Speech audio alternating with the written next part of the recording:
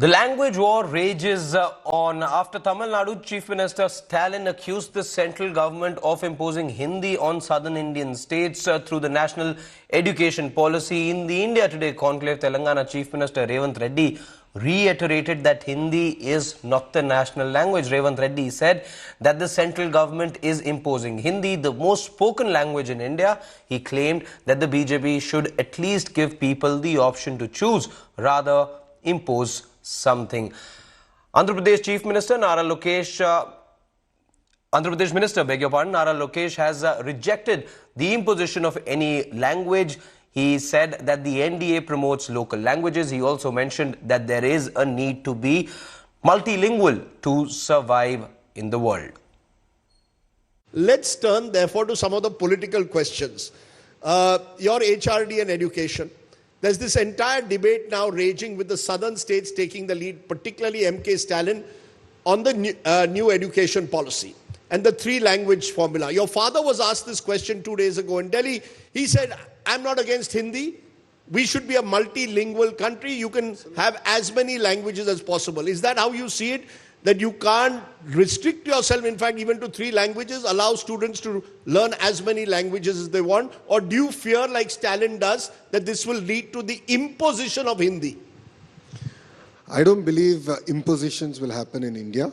I believe every state is unique, and when I met the education minister, he was more insisting me on promoting Telugu in my own state and as a medium of education.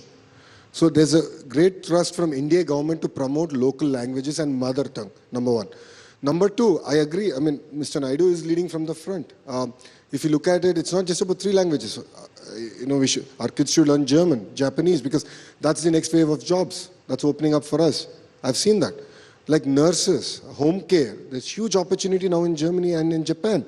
And as a skill development minister, I've now inked an agreement to actually teach German to nurses so that they can have mobility and they can actually go to Germany and render their services there. There's an agreement where we're going to teach even Japanese to nurses. So I think this is just a beginning, and India can have a very strategic role to play.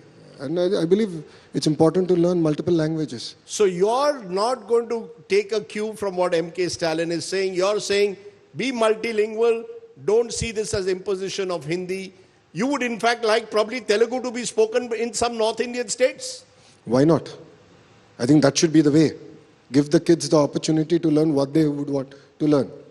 See, I'm reasonably fluent in Hindi. It helps me in my life. अच्छा है. Hyderabad se ho na. So, for me, I believe it's important. It's important to survive in this. Mr. Reddy, let me, you spoke about delimitation, where you said all South parties are together. But there is something that all South parties are not together, and that is the issue of the education policy, the 3-language policy. Now, Preeti ji, ab misquote mat karo.